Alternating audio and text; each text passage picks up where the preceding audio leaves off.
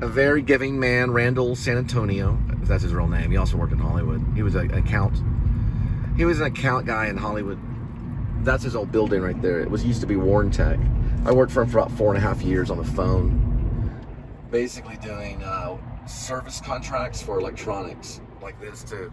They did do phones towards the end. They started getting into smartphone warranty towards the end. I didn't get my smartphone until 2012. So I already left the company and I got my first smartphone.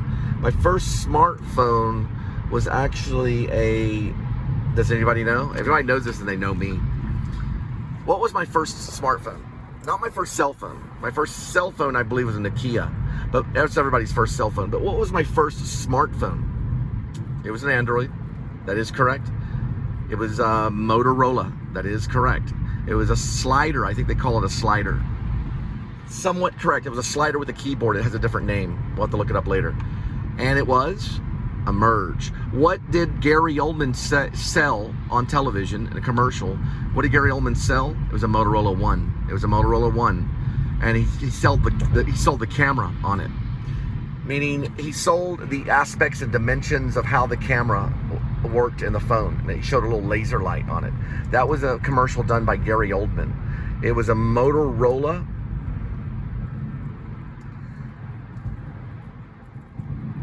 One. Mine was a Motorola Merge, as in merge into traffic. That's what mine was called, and it was a slider. I even used it in my honeymoon with Angel. That was a Motorola. That was my first. Oh, whoa, you're way off. I'm way off. I'm sorry about that. Guys, I'm sorry, X-Nay. Motorola was my second. My first was not Motorola. I'm so sorry about that. It was not Motorola, it was HTC. I am so sorry, Gary Oldman. Gary Oldman is like one of the most, he's the greatest genius ever. Okay, it was an HTC One. That was Gary Oldman's. Okay, HTC One was Gary Oldman's. He sold it on a commercial. It was a national broadcast commercial. I got the HTC Merge because it had a slider with an actual real keyboard that you could actually feel on your thumbs. You could type on it. It had a QWERTY board. And it slid. I used that in Maine when I was writing Escape from Maine. Because I was media. Well, I was writing a book. It's still kind of media. I was writing a novel. Well, it was a novel/book kind of thing. It was called Escape from Maine. It was about Maine. That was an HTC Merge. Gary Oldman had the HTC One. Motorola was my second. And I had a Mini. I still have it.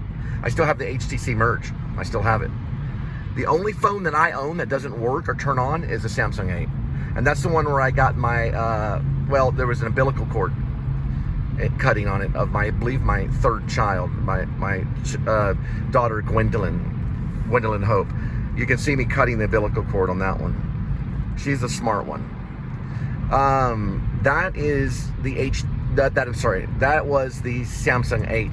It had battery warping, and I took it into Verizon, and they said no, battery warping. It lasted a while. I used it to do all my stuff, all my Uber stuff, starting off. And I had it in 2017. My wife, my second wife, Angel, she had the Samsung for a little while. She started off on an Obama phone. Yeah, it was a BlackBerry. There's a BlackBerry out. She also had a scratch on the side of her car right here. She started her car with this little thing that you push like that, and then you start the car or something, or you start the car like, she had a messed up ignition, and she had a faulty license that she had to get renewed. So she wasn't really supposed to drive, but she illegally drove to a Lebanon Inn to meet me one time. I think she illegally drove to a Starbucks too, but that's probably the only trip she took on that car. I don't even know what type of car. I don't even know the model of the car. I just know it was scratched up. Now, my first phone was the HTC Merge. Gary Oldman sold the HTC One. That was the one with the laser light on it, and it was perfect, the camera. A great camera. Now the HTC Merge did. If you look at my photos from Maine, they are blue tinted because it fell in water. So I called Verizon and I called HTC, or I think I called Verizon. They said put it in a bag of rice.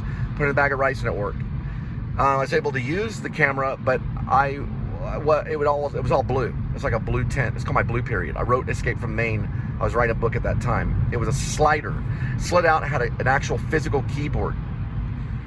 And I still have all my phones. The only one that won't turn on until it's repaired is the Samsung 8, which can be repaired. and it can turn back on. It just needs a new blah, blah, blah. Probably, maybe a technician can do it. Maybe from Samsung, maybe from Apple. Apple might could look at it, but Samsung would have they'd be able to put it back together maybe, if I gave it to a genius. Now, the Samsung 7 still works, it still records, and I use the Samsung 8 and the Samsung 7 together, and I'll tell you in a minute. I started all my stuff for rideshare and everything on the Samsung 8, coming out of West Rochelle, Irving, going to West Magnolia. We eventually moved to West Magnolia. I always say the wrong words on this one, so guys, it's like Pipeline in West Magnolia or something like that. But it's basically by a fire department in Irving. It's right behind a fire department. It's called right now Las Colinas Ranch. The other one that we moved into when we had the first kid was Steeplechase. They changed it to another name.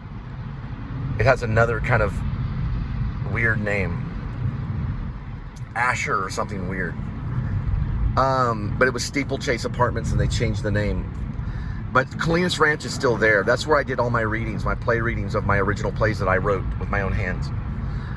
Well, I used a computer to write some of them. I did write with hand. I wrote with a pen and paper, with a with a spiral paper and a pen. That's how I crafted the plays. There were 3 summer plays, and I published that on Facebook. The first one, of course, we know is Hidden Drive. The second one is, of course, we know is Russian Butterfly, and then the third one, of course, is In Store, and Russian Butterfly is spelled R-U-S-H-I-N apostrophe. Uh-oh. What is this? I don't understand it. R-U-S-H-I-N apostrophe better, B-E-T-T-E-R, and fly. I didn't want to name it Russian Butterfly, but it's supposed to sound like Russian Butterfly. It's about espionage. Espionage, Russia, and a lady named Elle that emails you and almost catfishes you. She doesn't catfish me. She just emails me and scams me out of some money, saying that she's going to come to America, needs a visa. It's called a visa scam. Visa, passport. Yeah, they wrote about it in the New York Times back before I wrote the play. But it happened to me, and she said she was going to meet me in DFW, and then she said she arrived some address that turned out to be a car dealership. Her name is Ella. Her name's on my Facebook. Okay, the third play is called In Store, which is about my banking experience at this bank right here. And on the brochure it said First Choice, so I named the bank First Choice. And it's about a guy named, yeah, you have to read it. He's obsessed with Paul and the Bible. He believes that the only reason they held Paul so he could write the letters to the churches, I'm talking about Apostle Paul and the epistles, the only reason it is because, one reason, of money. They wanted to follow the flow of money until they beheaded him, because the Solomon mine. They wanted to see where the Jews kept the money. And Paul was from the tribe of Benjamin, and he was Jewish. And he wrote the letters to all the churches of the churches at the time that worshiped Jesus Christ, which they probably called Yeshua. They were all messianic. Now, that's what In Store is about. It's about a banker, and it's got religious undertones. Hidden Drive is about writing, and it's about this guy that lives off the Moosehead Trail, and he's dealing with Google acting crazy, and this woman comes in, and he's married, and she throws a rock through the window, right? And they have to cover it up. It's kind of an adventure play. The second one is Russian Butterfly. It's about espionage, and the third one is In Store, which is about banking. Okay? So I'm also a playwright. I do not put down that I'm a playwright on Facebook until my play is actively happening. So if I have note and someone says, oh, your play is being done at this theater, you can see my plays. You can find my plays by requesting it and commenting on this show, or you can find my plays by going on Facebook and reading about it in my categories. Remember, you cannot access all my categories. Some are just friends, some are groups, and some are just me. There's one that says law, and that's just me. I'm the only one that can read it. So if I arrest a cop, that would go in law, and I'd have a lawyer, and I'd have the citizens' names that would help me, and it would be videotaped. Well, it'd be digitized, right? And that means the cop would have been corrupt and been on drugs, and Edmund caught him. Right, Kitty? That means Edmund caught him right there. Okay? Now we know. All right. Sorry. Trying to think about the 3 plays, how you can find them. There is a reading. Now, you'll find all of them on SoundCloud. All the plays were done in readings on SoundCloud. You'd have to put in those titles. But there is a reading done of it And I filmed my sound bar at the White Settlement place. That one was the first act of In Store, and it is videoed, or it's filmed or whatever, and it's put on YouTube. So it's just the sound bar that you're hearing, and you're hearing the actors read the play. I can do that on all 3 plays very soon here. And you'll be able to hear the reading of those 3 plays. I have them all recorded on the Dell. So they're all on SoundCloud in Berlin. Now, if you want them back, guys, if you want them back, or if you want the plays, or if you don't want them to be around anymore, you're going to have to take a bunch of B-52s, or like a whole lot of them, and you're going to have to bomb Berlin, which you cannot do, because Berlin loves you. Berlin and Germany, Deutschland, they love you. Yes, they do. Germany loves you, and you have to bomb them to get those recordings. They're safely kept in archives in Berlin, because Berlin, especially East Berlin, they were the Stasis. They recorded everything back then in the 1950s, 1960s, 1970s, and 1980s, right around the time circa time when the Berlin Wall fell. Around that time, they were still recording every single thing a playwright would say. It's in Berlin, and it's perfectly safe. And if you want it, and if you don't want it around, then you got to bomb Germany. And you can't do that because you already bombed Germany. You flattened Dresden and killed every baby and child, right? We helped flatten Dresden. And we also helped pretty much almost flatten Berlin.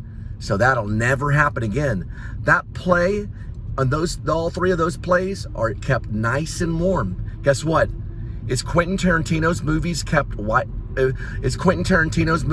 nice and warm? No. Berlin doesn't store his movies, do they, Quentin Tarantino? Do you know that you could wake up one day, Quentin, and you wouldn't find a single copy of Reservoir Dogs anywhere? It probably won't happen in your lifetime. But if your stuff is not stored in Berlin, because Berlin will never be bombed, not until the Messiah comes back. If you want your stuff to be kept, get a sound recording of Reservoir Dogs, put it on a mic, record it, just get the sound recording, immediately send that to SoundCloud. I'd do that tonight, Quentin Tarantino. It'll always be there on SoundCloud. That'll always be out of Berlin. They'll never touch SoundCloud. That's rolled by the grandchildren of the Stasis. It's perfectly warm and kept safe.